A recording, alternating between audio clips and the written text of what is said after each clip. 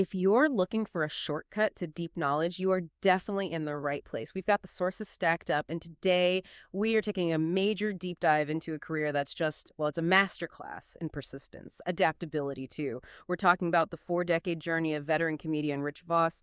Our mission today, it's not just about listing jokes or, TV spots. We're really examining the full evolution here. An American stand-up comic, writer, actor. His path goes from that raw energy of early HBO all the way to the modern, uncensored world of podcasting he built himself. We're digging for those aha moments, the things that let him not just survive, but actually thrive for, 40 plus years in just about the toughest business there is. When you step back and look at the whole thing, Voss is like the embodiment of turning failure into fuel. The sources are really clear about his start. He jumped into comedy back in '84 because, well, his words, he failed at everything else. So we're going to explore exactly how that sort of foundational, maybe even desperate attitude shaped his style, that raw, authentic thing he does. Observational stuff, the edgy black comedy, and his signature, that sort of calculated vulnerability, cringe comedy. Okay, let's unpack this. Let's start right where the grit began. Dig into those early influences, the New Jersey roots that really shaped his whole voice. Yeah, and it's absolutely key to start there with the biographical details, because that's the context for the grit, like you said. Rich Vos, born June 30, 1957, Plainfield, New Jersey. That makes him 68 now as of 2025. And his early life, it put him in this really unique observational spot that honestly not many comedians share. He was raised in a Jewish family, okay, but the kicker is they were living in what's described as an all-black neighborhood there in Jersey. Now, that kind of unique environment doesn't just shape, where you buy your milk. It shapes your whole lens on the world. It demands a certain cultural fluency, street smarts maybe, that becomes the bedrock for a comic persona, especially one doing observational, sometimes socially charged material. And his path wasn't exactly paved with privilege or academic success either, which seems like a common thread for comics with that kind of raw edge, doesn't it? Precisely, yeah. His parents divorced when he was young. And a really defining detail, something that highlights his resilience, is the lack of formal education. He didn't graduate high school. So, instead of college or some traditional career path, his inspiration came straight from the TV set. He cites those classic variety acts on The Ed Sullivan Show. It's this blend, right? Old school respect for the craft, but then boom, a high stakes jump right into the industry. So he starts doing stand-up in '84, hitting the local clubs, basically committing fully to this high wire act of comedy because, like he said, it was the only thing left. I mean, if stand-up is your only option, that's got to change the intensity, right? Oh, it raises the stakes massively. If you look at the sources, they suggest this attitude. It required a kind of relentlessness that, your average hobbyist comic just doesn't have. If you failed at everything else, you literally cannot afford to fail at this one. And that drive, that explains how just over a decade later, he had this huge seminal moment in his career, a moment that proved he could command pretty much any room. We're talking 1995. And this is, well, it's a singular achievement. It really deserves focus because it says so much about his style, his ability to cross boundaries.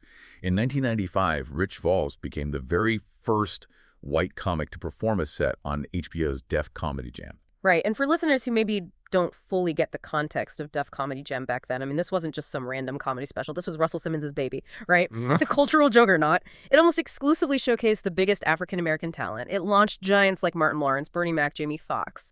So what did it actually mean for a white guy from Jersey to get a slot on that stage? It meant two things at once, really. Huge respect from his peers and a massive amount of risk. Just getting the invite was a direct nod to his style, what we'd call black comedy. But in this context, it means comedy that's direct, often gritty, social observation, delivered with this aggressive, authentic, unfiltered voice. It's a genre that demands credibility. You can't bring weak stuff. So, by performing successfully there, Vos proved his material, his stage presence. It was respected across the board in the industry. It kind of marked him as a comedian's comedian, someone who could hold a room that demanded, total authenticity. It broke a pretty significant, even if it was unofficial, color barrier on that specific platform. It showed his raw Jersey experience could translate universally. Okay, so that moment really establishes his professional resilience. But to fully get that toughness, we probably need to look at the huge personal challenges he was facing around those same early career years. Exactly. That's where the resilience context gets even deeper. The sources show Vos struggled, and struggled significantly, with crack cocaine and alcohol addiction all through his 20s. Those exact years he was grinding it out, right? Trying to get established in those early clubs, it's a pressure cooker environment, and it often fuels that kind of struggle. But the key thing, the pivot. It happened early on. In 1987, just 3 years into his stand-up career, he completed a 1-month rehab course. And our sources are very clear. He's been clean ever since. Now, this isn't just a minor detail. The ability to make that kind of commitment so early, just as things were maybe starting to gain a little momentum, it speaks volumes about the discipline, the almost life-or-death approach he took to his craft, his future. It laid the groundwork, really, for the professionalism he showed later. Proved that discipline could, override the chaos of the road. Yeah, overcoming that challenge, and so successfully, so early. It really set the stage for, well, a period of increasing profile, more mainstream visibility through the late 90s, early 2000s. And speaking of demanding environments, we have to talk about Woodstock 99. July 1999. Vos hosted at the infamous Woodstock 99 festival. He later called this a major highlight of his career. Now, if you remember any footage from that event, the heat, the frustration, the riots eventually, it takes an enormous amount of stage control, not just jokes, to manage a crowd like that in that specific environment. It's less a comedy set, more like a feat of crowd management and pure willpower. Right. It adds another layer to that whole tough and rough persona. Anyone who can hold that crowd during those specific 3 days has got this almost unparalleled confidence on stage. And this was followed pretty quickly by industry recognition, too. In 2000, he got the Bistro Award for Outstanding Achievement as Comedy Performer. That confirms that the insiders, they recognized his mastery of the live thing. He also showed he was willing to diversify it, even when across the pond.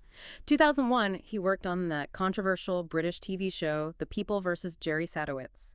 Played the bouncer, but also wrote and performed sketches. That kind of versatility stand-up, intense crowd work, sketch writing, it shows he was actively looking for creative outlets, not just waiting for the next stand-up gig. But I think for a lot of people in the industry, the next milestone is probably the one that really cemented him as a true industry heavyweight. His regular role on Tough Crowd with Colin Quinn on Comedy Central, that ran from, 2002 to 2004. Oh, Tough Crowd was the ultimate proving ground for that comedian label. Yeah. Is that roundtable format, right? Yeah. Where quick wit, ruthless honesty, and just the ability to land a funny point under intense pressure were everything. It wasn't about pre-written jokes. It was about comedic intelligence, speed. Vos was a featured frequent guest. Just being there showed he could hang with the absolute sharpest minds in comedy. And he genuinely loved it, apparently. Said it was one of his favorite shows, not just because he got to work with his best friends, which, let's be honest, is always a plus for your sanity in the comedy grind, but also logistically.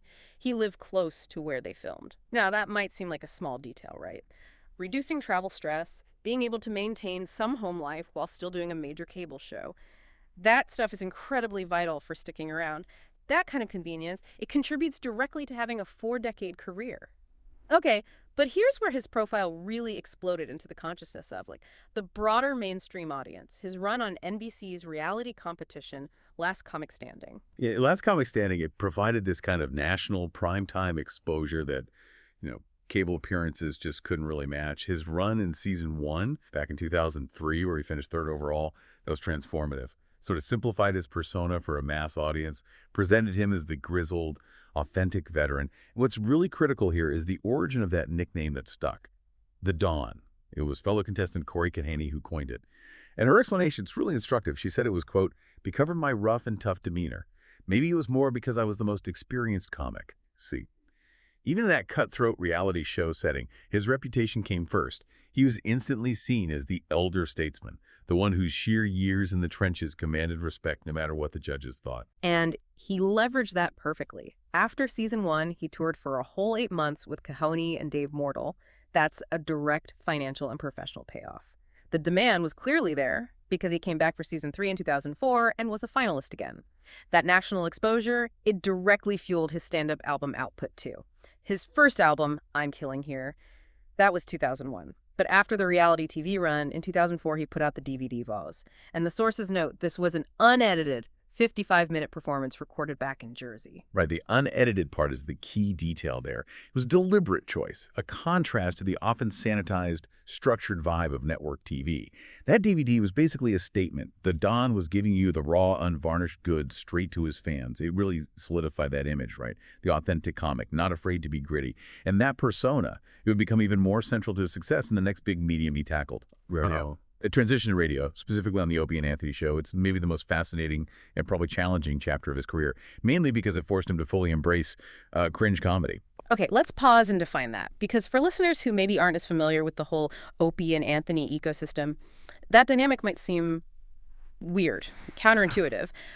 What exactly is cringe comedy, and how did Voz use it there? So cringe comedy is basically humor that comes from awkwardness, embarrassment, uncomfortable situations, often centered right on the character's own failures or vulnerabilities. On Opie and Anthony, Voss became this long-standing, frequent guest. But the really fascinating part is that the humor was often and very intentionally at his expense. The hosts, other guests, they'd often target his speech impediment or they exaggerate jokes about his supposed lack of intellect. Now, for most famous people, right, that would be career suicide. But Voss, he understood the currency of authenticity in that specific shock jock world. By willingly putting himself out there for that scrutiny, by letting himself be mocked, even kind of embracing it, he pulled off several things at once. He proved he wasn't precious about being famous, he showed incredible self-awareness, and he cemented his status as this genuinely tough but also vulnerable personality. He basically weaponized self-mockery. That dynamic sounds incredibly high stakes. It takes a performer with some serious deep-down confidence. It definitely reinforced that rough and tough persona we talked about, building on the Don nickname. He wasn't just a stand-up anymore. He was this personality willing to risk discomfort, all for the sake of the joke, for the dynamic of the show. Exactly. And embracing that chaos, that whole ecosystem, it also highlights his influential spot within the wider comedy community. There's a key connection noted in the sources.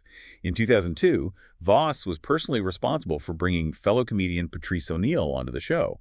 And O'Neal, of course, became one of the most beloved, most popular regulars ever, created this lasting legacy in that format. So that positions Voss as this sort of crucial gatekeeper, maybe, or at least an influential figure within that whole shock jock comedy world. It shows his deep connections, the respect he had among his peers, regardless of the jokes made at his expense. His radio work wasn't just about being the butt of the joke, though. When the show moved to SiriusXM, he hosted a Saturday night program with his wife, Bonnie McFarlane, who's a really accomplished comedian herself. And he hosted the Opie and Anthony's Traveling Virus Comedy Tour, too, both in 2006 and 2007. That really cemented his role as just an indispensable part of that whole live broadcast machine they had going. Right, and this collaboration with Bonnie McFarlane, it became this recurring thing, really driving the next phase of his career. Our sources show that between 2006 and 2008, the two of them actually prepared 3 different pilot episodes for a comedy series. They were trying to translate that successful radio dynamic they had into a more traditional TV sitcom format. But here's the crucial turn. None of those pilots got picked up by a network. And that failure, right, that rejection by the established broadcast system, it raises a really interesting question. Given their clear talent, their pretty wide audience following from radio, why do the sources suggest they couldn't crack network TV back then in the late 2000s? Was their whole dynamic honed on that unfiltered satellite radio air just too raw, too honest, maybe too self-deprecating for what broadcast standards were like back then? Yeah, it seems likely, doesn't it? The early 2000s TV landscape, it was still relatively tame compared to what streaming gives us now. Their whole thing, built on being willing to air marital gripes, personal flaws, all for comedy, it probably clashed with the need for those easily marketable, polished characters networks usually wanted. That frustration, though, that necessary creative pivot, that's what pushed them directly into the future of media. It really was a perfect case of necessity driving innovation. Since the traditional broadcast world didn't want their material, they just took full ownership of it. November 2011, Vos and Bonnie McFarlane launched their own thing, the highly successful podcast, My Wife Hates Me, and he's co-hosted it ever since. This move, this transition, it marks maybe the most important evolution in his career, going from being a highly valued employee or guest in regulated media to being a self-produced entrepreneur. The podcast platform, it was a perfect fit for his specific style, uncensored, allowed for that long-form exploration of their relationship dynamic, and it perfectly suited that raw, unedited, vulnerable persona they'd already perfected on radio, but now they own the platform, the content, the success, everything. The success of the podcast really underscores how central his marriage and family life are to his professional world. He and Bonnie McFarlane got married back in September 2005, and their professional collaboration, the radio show, the pilots that didn't fly, and now this hit podcast, it just shows their relationship, is this constant wellspring of both material and creative partnership. They also have a daughter, Raina, born in 2007. What consistently stands out when you look at the material on Rich Vos is that despite this reputation, right, the hard-touring, boundary-pushing comic, he seems to maintain this incredibly grounded disciplined family life. We know he's been married twice. He has 2 daughters from his first marriage, Jessica and Ellen. But it's the deliberate choices he made that really show how he structured his life around that family commitment.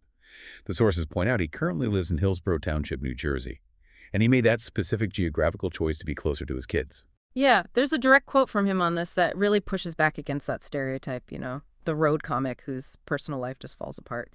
He said, "I'm very close with my daughters. I moved to Hillsborough to be close to them. I know comics who never see their kids. I don't get that." It's a profound statement of priorities, isn't it? Yeah. It really reinforces that theme of discipline we saw way back with his recovery in '87.